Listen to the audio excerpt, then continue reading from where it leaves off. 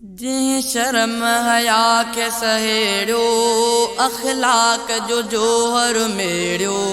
जंहिं 12 साल खिलाफत इस्लाम जो नूर पखेड़ियो। जंहिं शर्म हया खे सहेड़ियो अखलाक जो जोहर मेड़ियो। जंहिं 12 साल खिलाफत इस्लाम जो नूर पखेड़ियो उहो सोहणो सखी उस्मान आहे वो जानान बिन अफ़ान आहे। जंहिं शर्म हया खे सहेड़ियो अखलाक जो जोहर मेड़ियो। जंहिं 12 साल खिलाफत इस्लाम जो नूर पखेड़ियो उहो सोहणो सखी उस्मान आहे वो मिठड़ो बिन अफ़ान आहे। जो फैज़ फज़ीलत वारो इस्लाम का अॻे हो यारो। ईमान का पोत नबीअ के आज़ोर अञा थियो प्यारो। जो फैज़ फज़ीलत वारो इस्लाम का अॻे हो यारो। ईमान का पोत नबीअ के आज़ोर अञा थियो प्यारो। हूरैन सां परिणो थियो आ नूरैन जो लक़ब मिलियो आ। दामाद मोहम्मद मिठड़े अल्लाह बेराज़ी कयो आ उहो सोहणो सखी उस्मान आहे उहो मिठड़ो बिन अफ़ान आहे। जंहिं शर्म हया खे सहेड़ियो अखलाक जो जोहर मेड़ियो। जंहिं 12 साल खिलाफत इस्लाम जो नूर पखेड़ियो उहो सोहणो सखी उस्मान आहे उहो जानान बिन अफ़ान आहे। हिक वक्त मदीने अंदर जियां डुकर कढी हुई कहानी। मिसकीन सॾे न सोणे कई सारन जी मेहमानी। हिक वक्त मदीने अंदर जियां डुकर कढी हुई कहानी। मिसकीन सॾे न सोणे कई सारन जी मेहमानी। ववाह जो ख़ैर ॾिनाई ववाह जो ख़ैर ॾिनाई तारीख़ी सखावत कयाई।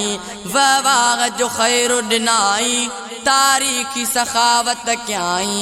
हिकु खूह मिठो बि ख़रीदे इस्लाम जे नाव लिखियाई उहो सोहणो सखी उस्मान आहे उहो जानान बिन अफ़ान आहे।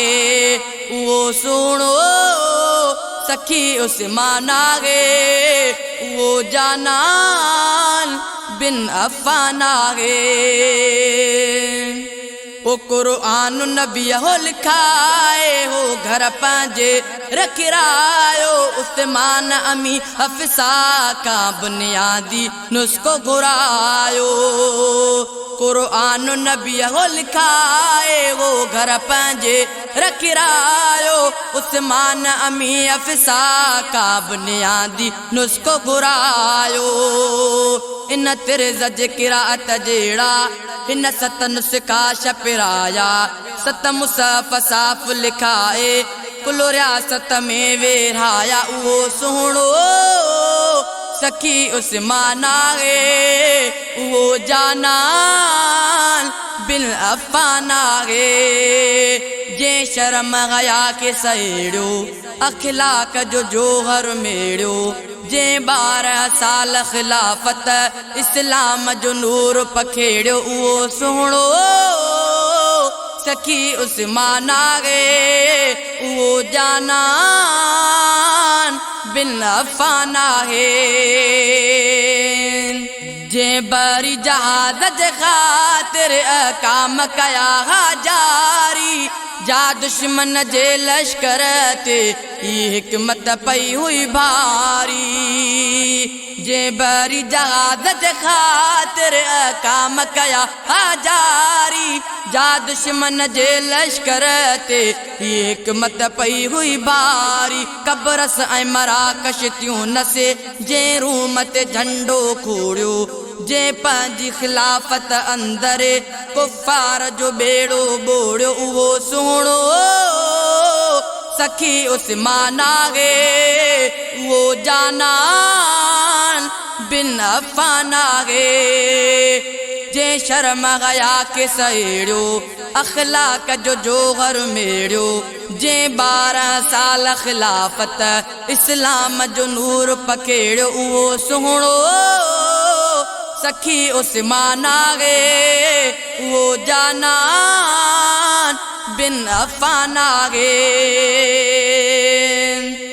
कूफे ऐं मिस्र बसरा मां के कातिल आया मदीने उस्मान शहीद कयाऊं हथियार सटा जे सीने कूफे ऐं मिस्र बसरा मां के कातिल आया मदीने उस्मान शहीद कयाऊं हथियार सटा जे सीने उन वक्त बेन हस्तीअ जी कुरान में गुज़री घड़िया रत फसायक फी कहो मुल्ला आयत के चुमी चिंबड़िया उन वक्त बेन हस्तीअ जी कुरान में गुज़री घड़िया रत फसायक फी कहो मुल्ला आयत के चुमी चिंबड़िया उहो सुहिणो सखी उस्मान आहे उहो जानान बिन अफ़ान आहे वो सुहिणो सखी उस्मान आहे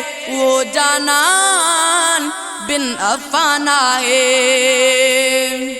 सोराब खलीफो तालिस जन्नत में नबीअ जो यारा उस्मान गनी असां केॾो महबूब नबीअ खे प्यारा सोराब खलीफो तालिस जन्नत में नबीअ जो यारा उस्मान गनी असां केॾो महबूब नबीअ खे प्यारा गोपांगु त गुण ॻाईंदो अशआर सना ठाहींदो जे शख़्स जो शान लिखण सां रब रहमत बरसाईंदो उहो सुहिणो सखी उस्मान आहे उहो जानान बिन अफ़ान आहे जे शर्म हया के सहेड़ियो अखलाक जो जोहर मेड़ियो जे 12 साल खिलाफत इस्लाम जो नूर पखेड़ियो उहो सुहिणो सखी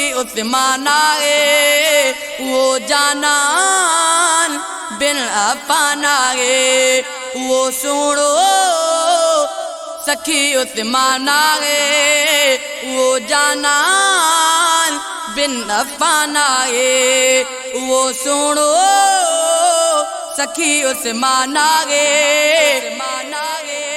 वो जानान बिन अफ़ान आहे वो सुहिणो सखी उस्मान आहे वो जानान बिन अफ़ान आहे